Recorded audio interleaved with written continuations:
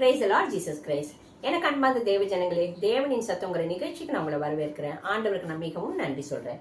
என்னோட கூட யோவான் 4வது அதிகாரம் 38வது வசனம் நம்ம பார்த்துட்டு இருக்கோம் இல்லையா? ஸோ இது முடிய போகுது.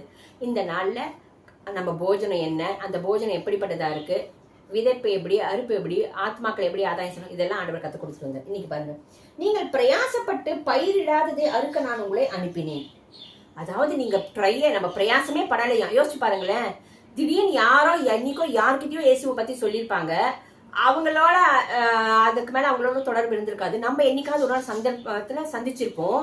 அன்னைக்கு இயேசு பத்தி அவர் கிருபையா நம்ம சொல்றச்சு அந்த ஆத்மா உடனே இயேசுக்குள்ள வந்துடும். அந்த ஆத்மாவை கிறிஸ்துக்குள்ள நடத்தி சபையில நடத்தி அவங்க ஞானஸ்நானம் எடுத்து அபிஷேகம் பெற்று இது பண்ண. சோ அந்த அறுவடையை நம்மளை பார்க்க வச்சிருப்பாரு. நம்ம விதைச்சே இருக்க மாட்டோம். அதுதான் சொல்றது, நீங்கள் பிரயாசப்பட்டு பயிரிடாததை அறுக்க நான் உங்களை அனுப்பினேன். நம்ம பிரயாசமே படலையாம், நம்ம பயிரே நம்ம விதையே விதைக்கலையாம், ஆனா அதை அறுவடை செய்ய நம்மளை அனுப்பியிருக்காராம். மற்றவர்கள் பிரயாசப்பட்டார்கள், அவர்களுடைய பிரயாசத்தின் பலனை நீங்கள் பெற்றீர்கள். வேற யாரும் பிரயாசப்பட்டிருக்காங்க, அவங்களோட பிரயாசத்தின் பலனை நம்ம பார்த்திருக்கோம். அதுதான் இந்த இடத்துல நான் போன இதுல கூட சொன்னேன். ஒருத்தரை விதைக்க வைப்பாரு. இப்ப நான் யோசிச்சு பாருங்களேன், இப்போ ஃபார் எக்ஸாம்பிள் நான் ரட்சிப்புக்குள்ள வரத்துக்கு எனக்குள்ள இயேசுங்கிறவங்களை யாரோ ஒருத்தர் விதைச்சிருக்காங்க.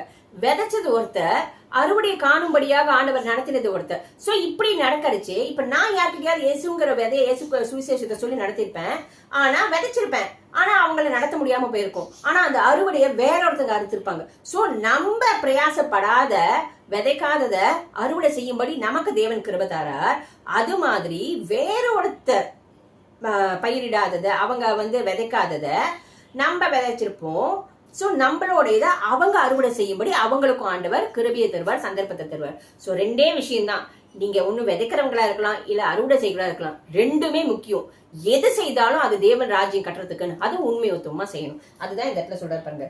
நான் செய்த எல்லாவற்றையும் எனக்கு சொன்னார் என்று சாட்சி சொன்ன அந்த ஸ்திரீயின் வார்த்தையின் நிமித்தம் அந்த ஊரில் உள்ள சமாரியில் அநேகர் அவர்களை விசுவாசம் உள்ளவர்களாக. இது சமாரிய ஸ்திரீ என் வாழ்க்கையில் நடந்தது எல்லாமே ஏசப்பா சொல்லிட்டாருன்னு அந்த லேடினால எல்லாருமே ஏசு பேர்ல விசுவாசம் உள்ளவர்களாக ஆனார்கள் பார்த்திருக்கு.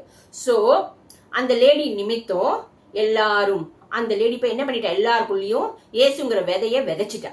கரெக்டா? சமாரிய ஸ்திரீ. இந்த இடத்துல பாருங்க, நீங்கள் பிரயாசப்பட்டு பயிரிடாததை அறுக்க நான் உங்களை அனுப்பினேன், மற்றவர்கள் பிரயாசப்பட்டார்கள், அவர்களுடைய பிரயாசத்தின் பலனை நீங்கள் பெற்றீர்கள். சோ விதைக்கிறவன் ஒருத்தன், அறுவடை செய்கிறது ஒருத்தனா இருக்கும். சோ நம்மளுக்கு சிலப்ப அறுவடையோட பலனையும் கொடுக்கிறாரு, சிலப்ப விதைக்கவும் வைக்கிறாரு. சோ எந்த ஸ்டேட்ல இருந்தாலும் இது ரெண்டுத்துல எதுவா இருந்தாலும் தேவநாம நம்ம நிமித்தம் மகிமைப்படும். ஆமீன். வாங்க ஜெபிக்கலாம்.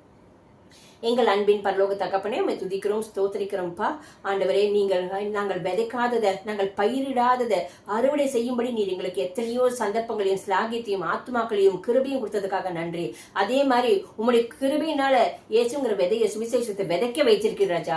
அதெல்லாம் வீணாக போகாதபடிக்கு 60 100 பலந்தது தேவராஜ்யம் கட்டும்படியாக ஆண்டவர் யாரை கொண்டு ஆகிலும் அறுவடை செய்வீராக. தகப்பனே, உமது நாமத்தை மகிமைப்படுத்திக் கொள்வீராக. எங்களை கொண்டு அறுவடை செய்வீராக, எங்களை கொண்டு விதைக்க வைப்பீராக.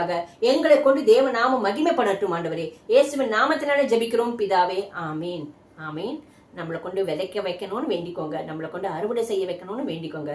நிச்சயமா தேவ நாமம் மகிமைப்படும். ஆமீன். God bless you.